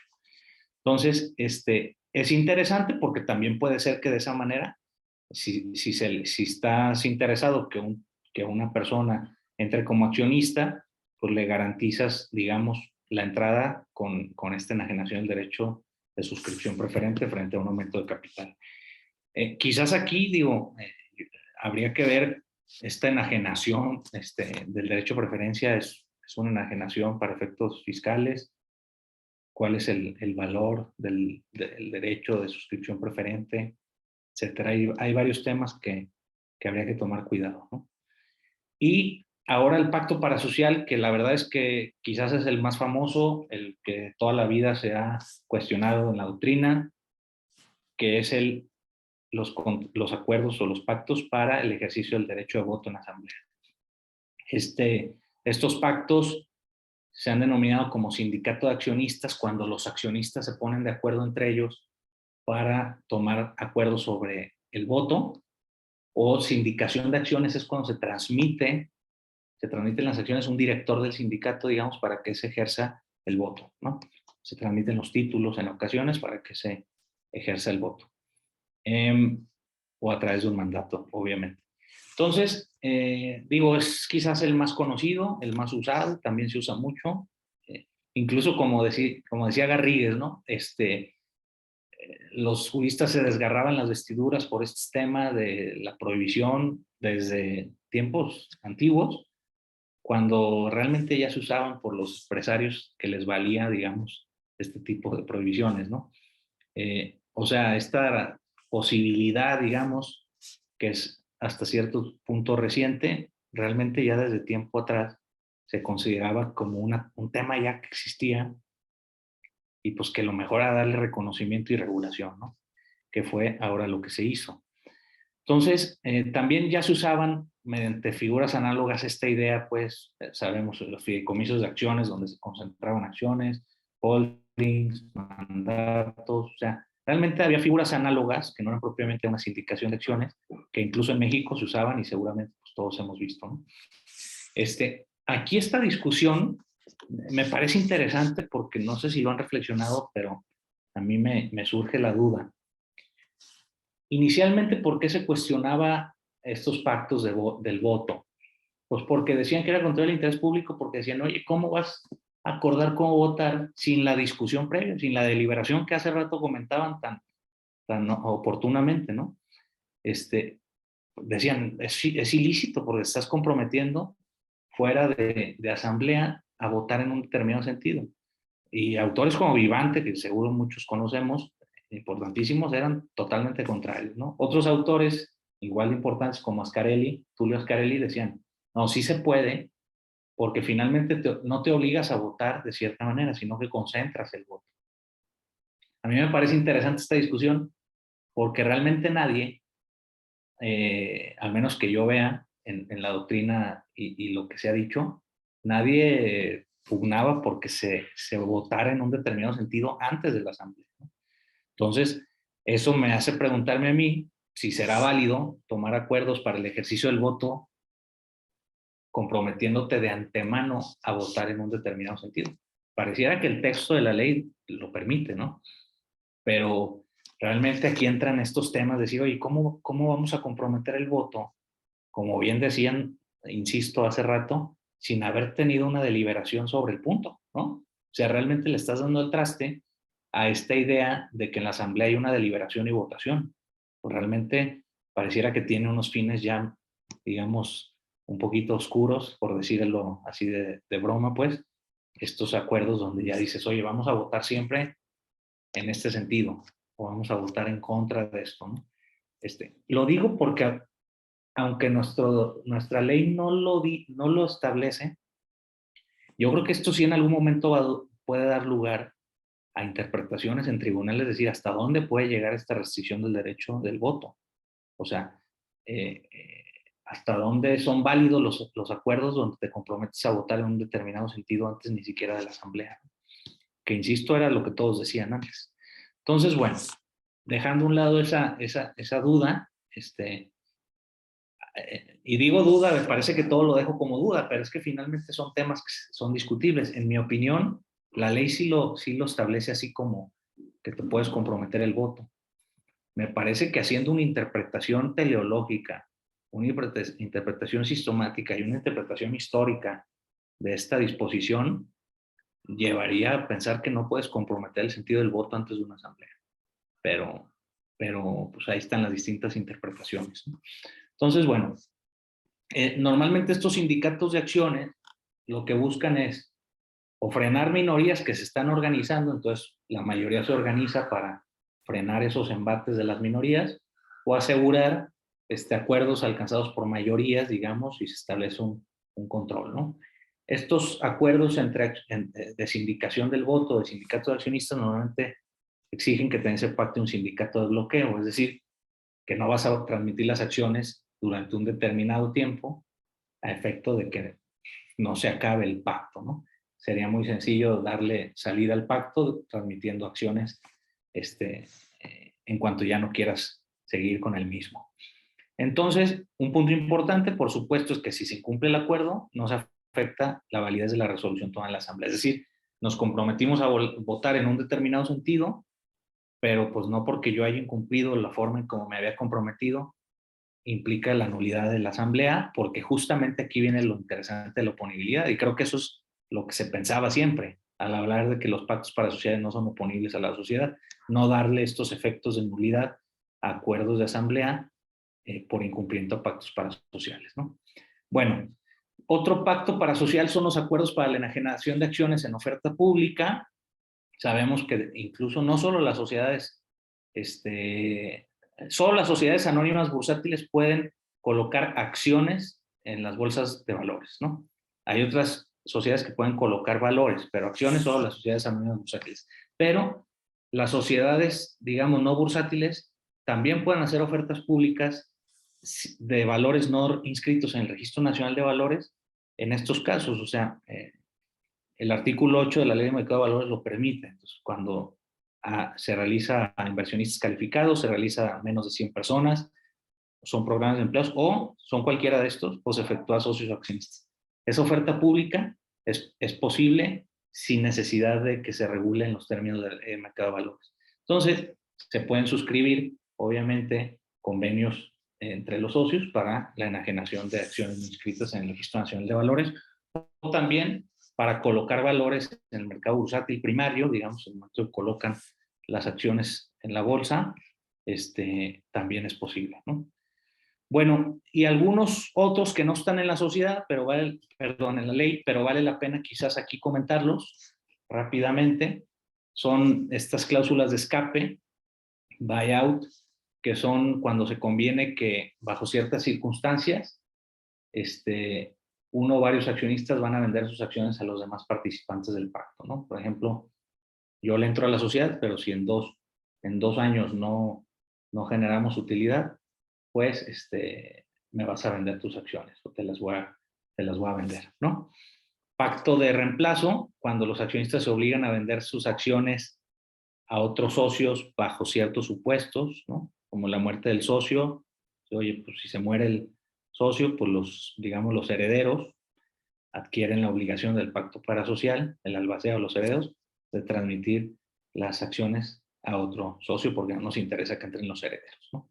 Y los pactos antidilución, que pues justamente pueden ser compromisos fuera de estatutos donde los accionistas se realizan, por ejemplo, a no suscribir aumentos de capital, a no proponer convocatorias donde se hagan aumentos de capital bajo ciertas condiciones, etcétera, ¿no? O que si se hace un aumento de capital se obligan a suscribir solo determinado número, etcétera, ¿no?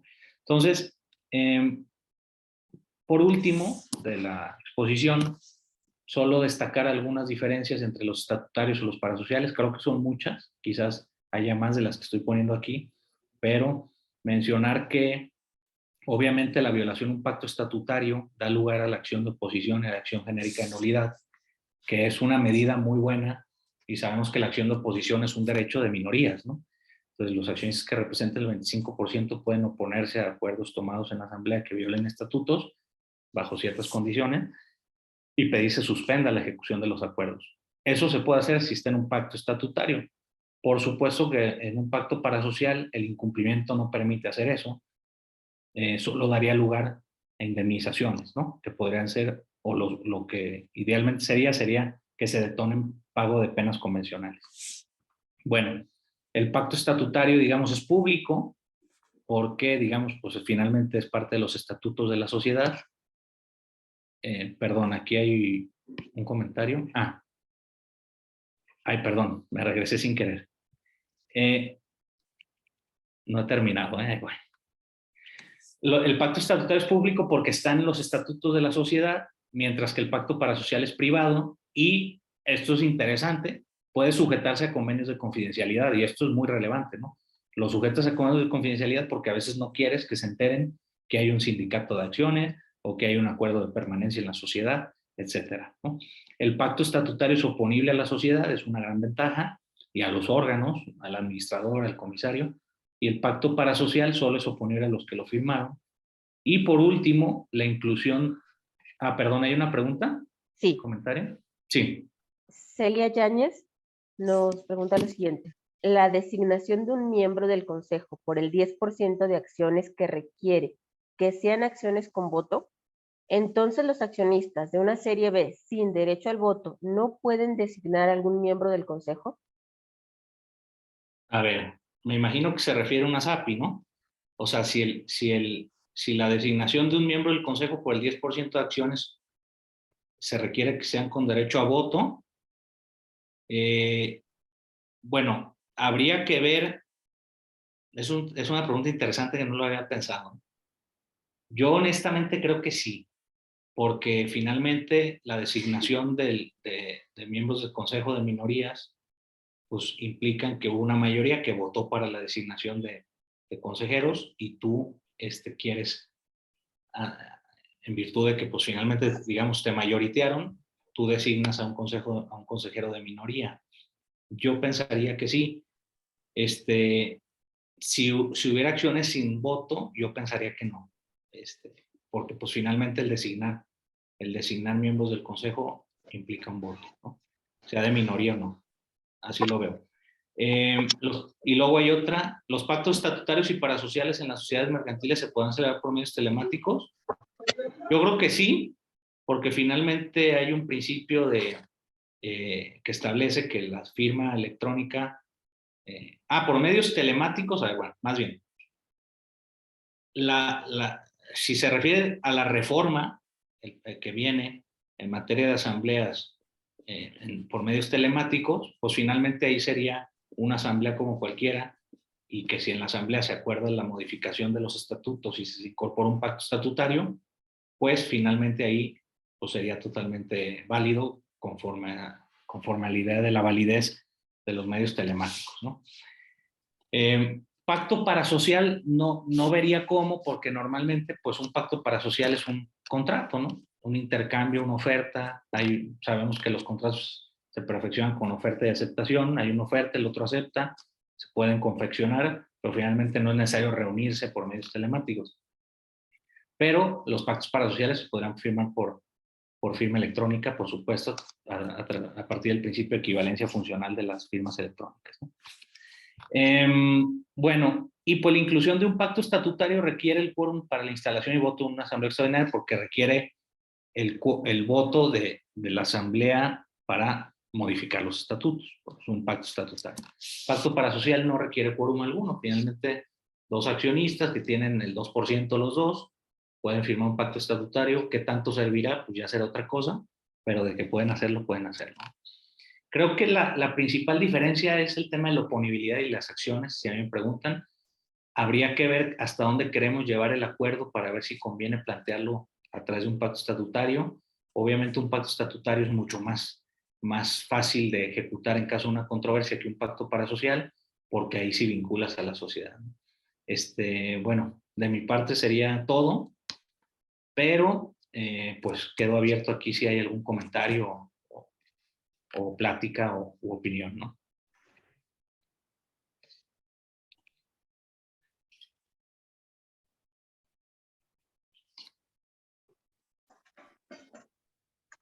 Gracias, Fernando. Parece que ya no tenemos ninguna pregunta en el chat, ¿verdad?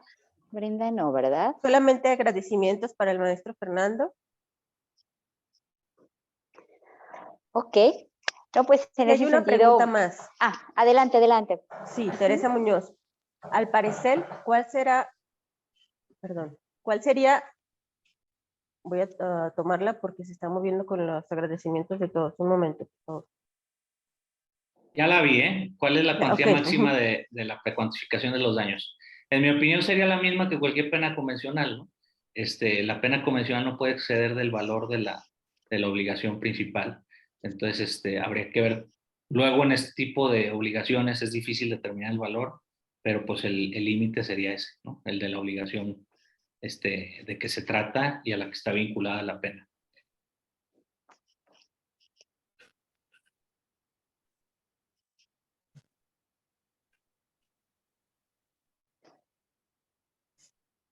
El resto son agradecimientos para usted. Y parece que ya no hay ninguna pregunta. Okay, Bueno, sí, pues sí, muchas sí. gracias al colegio y a todos aquí los que me estuvieron escuchando. Muchísimas gracias. Muchas gracias, Y al Fernando. registro.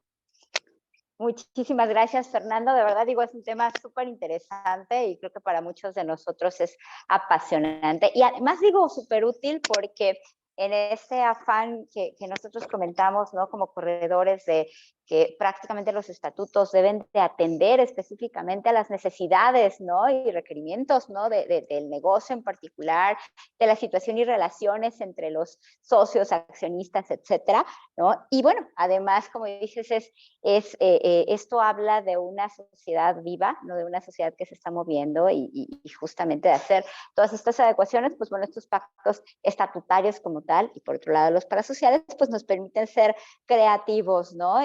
Y como bien comentabas, salvo estas cuestiones que tienen que ver con disposiciones de orden público, derechos de terceros, las disposiciones imperativas y prohibitivas de la propia ley o del tipo social, ¿no? Que serían como ciertas limitaciones o limitantes por donde debemos ir.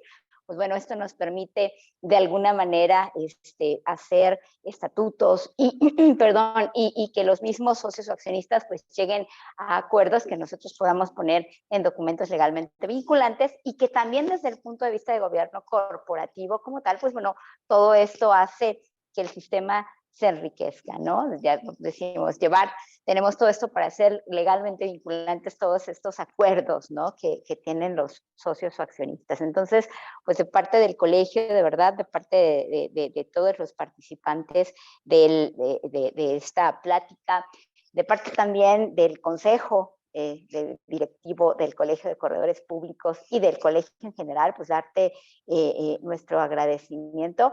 Y bueno, este reconocimiento, no sé, Julián, si tú gustes leerlo también, para, pues bueno, yo solamente agradecer y adelante, Julián, también. Gracias. Muchas gracias, maestra Karen. Sí, agradecerle también al maestro Fernando Cepeda por su exposición Estamos muy agradecidos de parte del Registro Público de la Propiedad.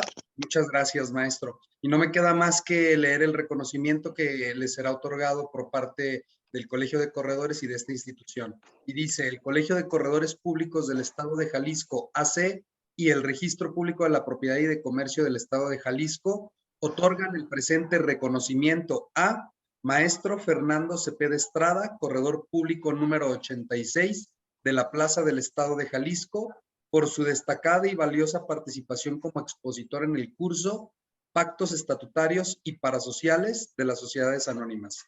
Guadalajara, Jalisco, 30 de septiembre de 2022. Muchas gracias, maestro. Muchas gracias a ustedes y a todos los presentes. Gracias. Gracias nuevamente. Pues bueno, los esperamos también en nuestra siguiente plática para que estén muy atentos. Gracias nuevamente, Fernando. Muchas felicidades y me uno a las felicitaciones de todos los participantes. Pues bueno, nos vemos en la siguiente. Gracias también al registro, a todos por aquí. Muchas gracias. Un abrazo y a partir de mañana, bonito fin de semana. Hasta luego, igualmente. Gracias. Hasta luego. Gracias. Gracias, Brenda. Gracias a ustedes. Gracias, Brenda. Al contrario, gracias.